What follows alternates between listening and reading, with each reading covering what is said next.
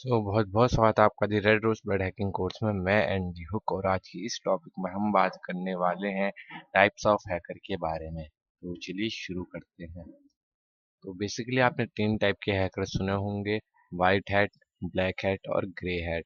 तो मैं आपको बता दूं, तीन टाइप के नहीं होते, तीन से बहुत ज़्यादा टाइप के होते हैं, बट यहाँ पर मैंने मेन टॉप 10 टाइप के आपको हैकर्स बता रखे हैं। तो सबसे पहले जो आपका आता है वो तो वाइट हैट हैकर है, जो करता है सारे लीगली काम। और सेकंड पे आपका जो आता है वो होता है ब्लैक हैट हैकर, जिसके सारे काम होते हैं इलीगल।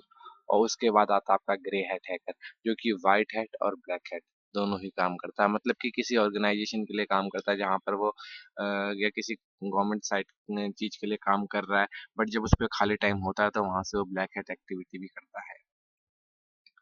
इसके बाद आते हैं आपके स्क्रिप्ट किडीज। ये वो होते हैं जो नए नए हैकिंग में आते हैं और ज़्यादा कुछ सीखते नहीं हैं और दूसरे की स्क्रिप्ट के ऊपर ही सारी चीज़ें वर्क करते हैं। छोटे मोटे denial of service attack, DoS attacks, ये सब कर लेते हैं और बाकी ज़्यादा कुछ नहीं कर पाते। इसके बाद ग्रीन हैट हैकर्स आते हैं। ये ऐसे हैकर होते हैं जो कि अभी अभी नए नए आए हैं, अमेच्योर होते हैं। इसके बाद आपका आता है ब्लू हैट हैकर्स। ये ऐसे हैकर होते हैं जिन्हें नॉलेज गेन करने का शौक होता है, और ये भी एक तरीके से आप स्क्रिप्ट किडीज कह सकते हैं इन्हें। तो इसके बाद आता है आपका रेड हैट हैकर्स।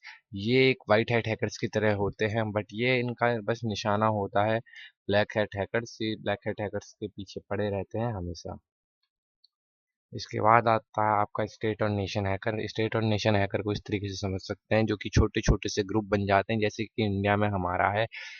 मान लीजिए मल्लू साइबर सोल्जर्स या IC, Indian cyber cell army, ICA, और भी बहुत सारी हैं, इंडियन साइबर सेल आर्मी, और भी बहुत सारी हैं अलग अलग प्रकार की। इसके बाद आता है एक्टिविस्ट। ये ऐसे बंदे होते हैं जो सरकार से अपनी बात मनवाने के लिए हैकिंग करते हैं, जैसे कि आपका अनोनिमस ग्रुप। इसके बाद आपका आता है मलेशियस इंसाइडर। ये सबसे खतरनाक हैकर होते हैं। या क्यों खतरनाक होते हैं? क्योंकि ये किसी कंपनी के लिए काम करते हैं, किसी कंपनी के अंदर काम करते हैं और उसी का डेटा ब्रीच करते हैं, मतलब उसी का डेटा बाहर बेचते हैं।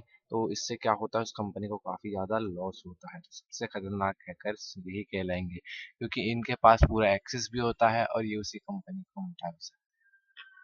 तो आशा करता हूँ आपको समझ में आ गए होंगे 10 टाइप के हैकर।